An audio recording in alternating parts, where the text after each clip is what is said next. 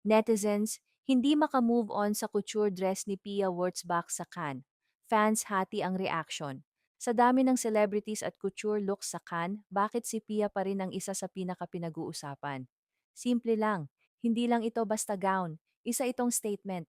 Suot ni Pia ang isang dramatic black couture piece, structured, sleek, at sobrang powerful ng dating.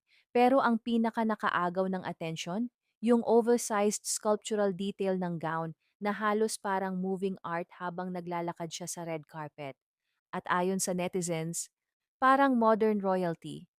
Old Hollywood meets futuristic queen. At may iba pang nagsasabing, si Pia lang talaga ang kayang magdala ng ganitong klaseng couture ng effortless. Pero interestingly, hindi lahat agad na gets ang look. May ilang netizens na nagsabing masyadong simple.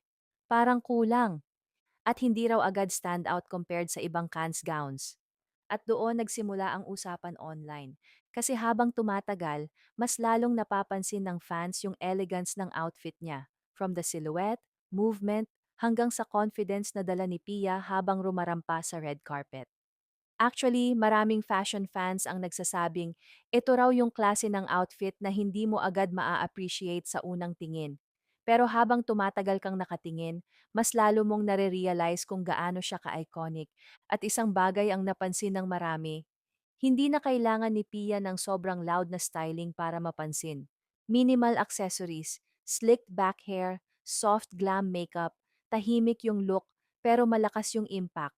Kaya ngayon, fans are still debating online. Isa ba ito sa pinaka-iconic can looks ni Pia Wurtzbach? O isa itong you either get it or you don't couture moment? May isang nagkomento naman ng, and they say her style was always too safe or boring? Please, she's serving clean minimalism from the front and architectural touch of drama from the back.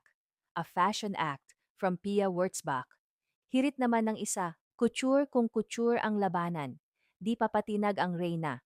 Dagdag pa ng isa, only you could wear this couture masterpiece with such power and elegance, Queen Pia. Pia and couture are the perfect match. Not everyone can pull off high fashion like that.